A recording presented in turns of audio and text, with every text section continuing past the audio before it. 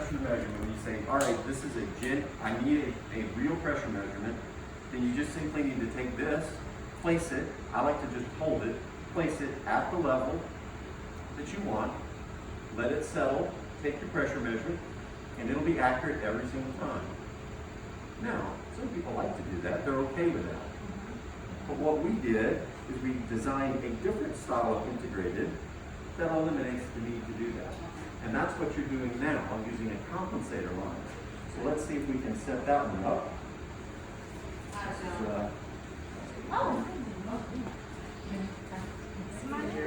Come on in, welcome. Are you looking at my side here? Is that what you're looking like the full wrong side? How do you want this? No, but I like it. You want me to start over? Do you have to roll your hair up to get it fit in the line? I'm sorry? You have to roll your hair up to get it fit in the I line. roll my hair up. So he just showed us the old way. He just did it. Yeah, I was gonna say. All right, let me move this one up to T2.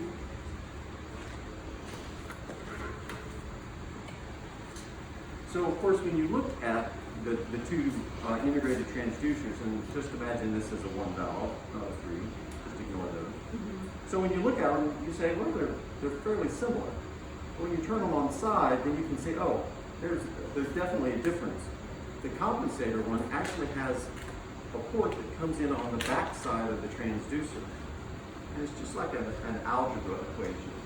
Whatever you do to one side, if you do it to the other side, they cancel each other out. Well, what we're doing with this line is we're simply creating a counterbalance for the weight of the fluid that's in the line going into the patient. That's it. All we're doing is just balancing the scales. And as long as they are at the same part level, or at the same level, it balances out. So, I am totally seeing what you're seeing, and I could not picture it before. So, Thank you. how does it work? I'm not exactly sure how you're setting it up. So I'll just tell you how I would set it up. So I get this some flush. I'm going to open this up. Open your side port, flush port. And I'm going to flush all the way through. As far as bubbles go, of course, we know when we're taking pressure measurements, bubbles are not necessarily your friend. No, I got one here too. Now, this line, this is my catheter. Okay, yep. So I'm not doing anything about that. The compensation line though, this one, with the compensator manifold, it's just a counterbalance. So you can flush it, ensure that you flushed all the way through, that's great. But if there's a little bubble, don't spend 1 second on it. Don't worry about it. There's no pressure that goes through this line. It's not going to dampen anything. So just don't worry about it. The only place I care about bubbles is right there. Any bubble that's in here will dampen your pressure. So I like to turn it up, and I just make sure that I have flushed this all the way through. Also, and then I turn that off so it doesn't drain. Which maybe Just- that's where I'm getting maybe they're flushing it Uh-huh. Yep. because I'm getting so much fluid when I've done the TBLBs and tips. They I may. might be flushing it on accident, the compensator line. Yeah, I'm sorry. opening that handle on So accident. they're flushing your compensator line on Yeah, by accident. accident, yeah. What made me think though that they weren't opening it inappropriately is that you I said it did was red. have blood stain Blood stain. on one of my cases. That's not You- good, you yeah. shouldn't We have have any to blood. we have to make sure our That's a providers know that once that line is flushed, that they don't touch that again.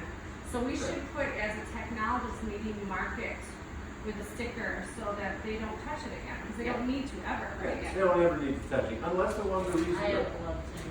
If they want to re-zero, then they have to open it, but But otherwise, if never touch it. if the techs are educated on that, they can help their providers say, okay, if you re-zero, then we might have to touch that valve, but unless we re-zero, we wouldn't, No. okay? Well, they just have to open it, they shouldn't have to flush it. When there's They never have to open it. Your provider, when they're doing pressures and stuff, once you set it up flush for them, if you see them touch that, you know, But for zeroing, you said you could for open. zeroing, it has to be Okay. open. Now, so I have flushed this line, I turn this off, because I don't want it to drain. When this is in that open position, this, of course, is open from here, through the handle, down to here, and then of course out. It's actually open on both sides of the transducer. So the transducer is feeling, it's sensing whatever pressure from the bottom side as well as on the top side. That's, So it's truly just open to, it's open to air. That's And open to that's, air, yeah. that's the way you would zero it. You will always zero it with this open. You can never zero it. Sometimes you may see physicians where that's closed and they're going to open it to the end here. And they say, well, I'm open to air, zero. Does not work. Does not work. Stop them. And the reason why is because you want to zero it so that both sides of the equation cancel each other out. right, so we have to zero your You counterbalance. have to zero from here, this end. You cannot zero from the end with a percent. So make Now, And they shouldn't be flushing, they shouldn't be doing anything with their plunger, going back or forth when they're zeroing, so I don't know why you're No, they getting shouldn't. blood in your There was line. one case, I've done a lot in the last. That My doesn't PBLD, happen. I have blood too. They probably had those the wrong way when they're trying to flush something, and that, they have to be mindful So of when that. that's zero, and now it's off there, off there. this is off and this is open. Open. So when it's like this, it is open. And it's open to the underside, it's open to the, up here through the top. So in other words, what you've done is you've balanced the equation. The transducer, whatever force it's receiving from this line, whatever pressure it's sensing from the fluid, it's sensing on both sides of the equation, so therefore it cancels out, it zeros, and that's what you want anyway, you're zeroing. You're zeroing for the hydrostatic pressure within that line, and of course you're zeroing to the atmospheric pressure. That's the main thing. What you don't want to do is bake into the zero an errant pressure because of your weight of the fluid. Now, if they have this turned off and they are zeroing from the end, then they're baking into the zero weight of the fluid. Does that make sense? Yeah, yeah. So you don't want them to do that. So that's how they zero. And when I zero, set it down. Don't be touching. Yep. Don't be touching it because as you can see, it'll wiggle. So flush it, set it down, zero it. As soon as it's zero, in fact, you can go ahead and zero.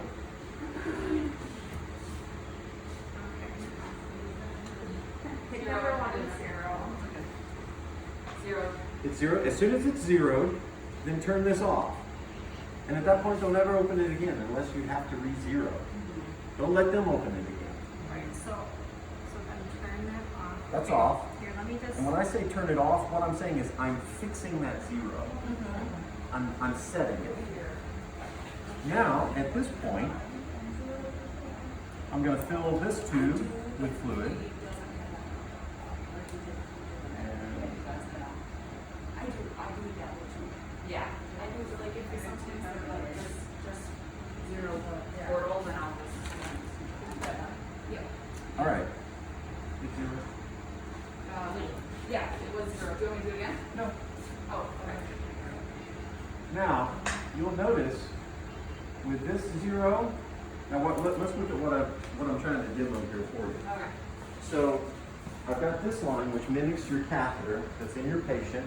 I've got it at heart level. Right. So they're both at the same level. Now, you remember just a moment ago when I demoed this one? Yeah. When I raised it, the pressure went down Yep. because of the weight of the fluid in the line was subtracting from the zero. With this one, I raise it, let it settle from my movement.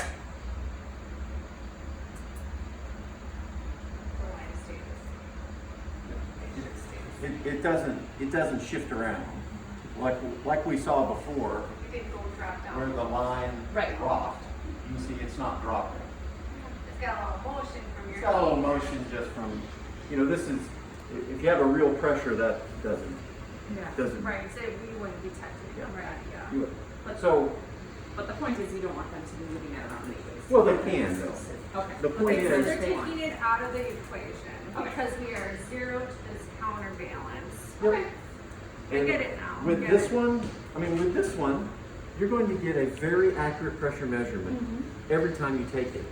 If you want reproducibility of those pressure measurements, then you have to ensure that when you take the pressure, this is held at the same level. The whole entire time, yeah. Yeah, when you take the pressure measurement. And we have to- With this one, that's eliminated. In other words, you've taken that out of their hands. Mhm, I love it. It fixes it so that every time they take a pressure measurement, it's fixed. Okay. Now, what might they do to screw it up? Right. So here's the That's what problem, we need to, that's right? what we need to know. What might they do? Well, I've already talked about one thing where they say, I'm going to re-zero this. So they take and they'll open this, right? That's not attached, and they'll open that to air and they'll say re-zero. Yeah. Okay, that's a wrong zero. Because It now will- we it will changed our bake zero. into it. We changed it. It'll bake It's into not it. zero anymore. So, Yep. Right, it's not open to atmospheric. Now you can see, now look at your pressure. It's gone off the screen. Now, why is that? See, now it's going back. The reason why what you're seeing there is that this is demonstrating how the transducer is sensing the compensation line. Now, remember, a transducer is an algebraic equation when it comes to zero. And when you zero it, you're simply just, what you do to one side, you do to the other. That's why we fix it. And we fix it at heart level, so that the intervening weight of the fluid, it doesn't matter. If I raise this up, this is actually a pretty good demo. You know, the weight of the fluid here is canceled out by the weight of the fluid here, and vice versa. So your physicians may get confused if they take this off, they open it to pressure, and they go, why am I not going back to zero? Something's wrong with the zero. Well, nothing's wrong with the zero. They just simply are sensing. They're not at zero. They're sensing one half of the equation. Right. So if they really want to check their zero, they turn this off, open that, and set it down. Now, you're back at zero. If you want to check your zero, make sure it hasn't, what do you call it, moved or wafted, or there's a term for it, I forget what we call it. Then you put it back into the position that it's in when you zero, which is closed on this side, open here, and then you're back to your 0 point. So that's something that physicians will get confused on. Other things that they might get confused on is that when I say physicians, users, anybody who's using it, we won't pick on it. Do you have fellows here? yes, that's Okay, we will right, pick on yeah. the fellows.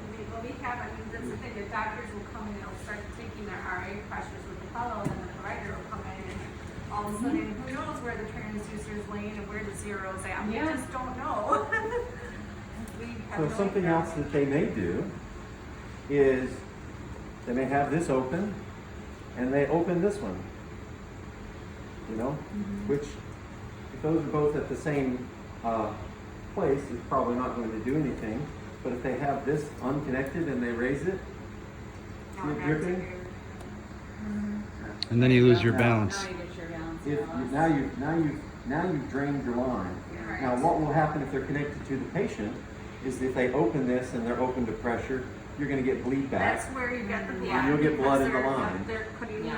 the transducers the wrong way, That's a key indicator that they have opened this valve when they were connected to the So patient. when that happens, are we going to not get good pressures then? No, you won't. Or accurate pressures? You won't. So what would we have to do to correct that then? Re-zero. properly. The best Flush. thing is you just simply open that up, flush it through, Flush it, then zero. turn it off, re-zero. Once it's zero, turn it off, you're good to go. Once you get through this, it's really fast and easy. And all of the control of your zeroing and re-zeroing is right here in your hands, which is why I like it versus a pole-mounted system, because with a pole-mounted system, any bubble between here and there is going to affect your pressure if you missed it. Any loose connection between here and there will affect your pressure. So there's lots of things that can get in the way and slow your case down. This, really fast, really easy, as long as you understand the concept, and it's not different, it's the exact same concept that you're used to, it's just inverted, that's all, it's just inverted. Any questions? So I was having issues in one of my cases where we were still getting pressure waveforms, but it was saying that it was disconnected. So like the art line was saying disconnected, but we were still getting a waveform. We tried re-zeroing, I checked all my connections and it was still saying it was disconnected. So, I don't know. And you had a waveform. Yeah, we had a Did it- little bit of a waveform.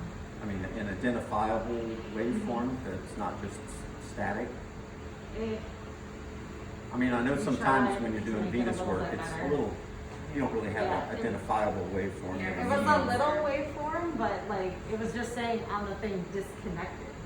Even though it I was would- giving us a, I would you go know, a with the top, disconnected. bottom, and Um, mean. In that scenario, I will tell you, I will talk to you about. So, when we manufactured this connection, we designed it for a robust room. We designed it for this to be smashed into, to be stepped on, to be rolled over by a cart. It is a robust connection. That being said, especially if you've just gotten new cables, it can be a challenge to make sure that it gets all the way in. So, let's see what happens. Did it say disconnected? Usually comes up on the radar. I just didn't know what it was going to do if I disconnected it.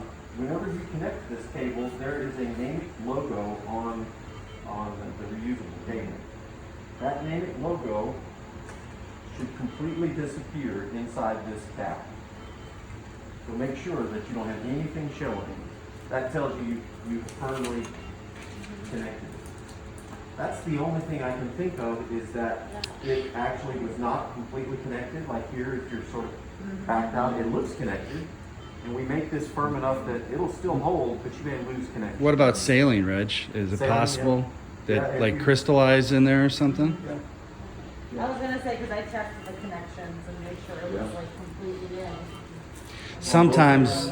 Sometimes dried saline Yeah. may affect the connection. Oh, like So maybe, inside of yeah, the inside the house? cable. In the cable, if you look at your cable on the end, you're like, oh, that's nasty. Then that might be causing an issue. I was gonna say with the cleaning solution, like when they clean our rooms and clean our cables, because I've had that happen to like the EKGs where they will say asystole and Yeah. read something when Yeah. really not when they. When I have a question about these cables, I do see it, so over the years, these get torn off. Uh-huh. I mean, the use by date, how much do we have to stick to that, or should we start You replacing don't have to these? stick to it at all. Okay, That's that was a policy of AngioDynamics, which owned NAMIC prior to Medline. They sold this to Medline about 2 years ago. Yeah. And it was just an internal policy of AngioDynamics that they put an expiration date on every single thing that went out. okay. You know, I'm surprised they didn't put expiration dates on these. They probably just couldn't figure out a way to put a sticker on there. Okay. So those expiration dates were just an internal policy that they do not expire. It's a robust cable. Okay. They expire whenever they are broken and they're not working. Okay. I would not throw away perfectly good cables Okay. because it says it. And I can get you those quick. So that's a quick Deb, hey, listen, this cable's not working, So- we have a malfunction. So And try to to take a answer your video, like question, if you run into I that, don't know for take a sure video. what would cause that. I would just simply go through the normal It troubleshooting makes sense if it's steps something on the of inside checking there. connections, disconnect, re-zero. Yeah, I mean, it's certainly possible that is not a transducer issue.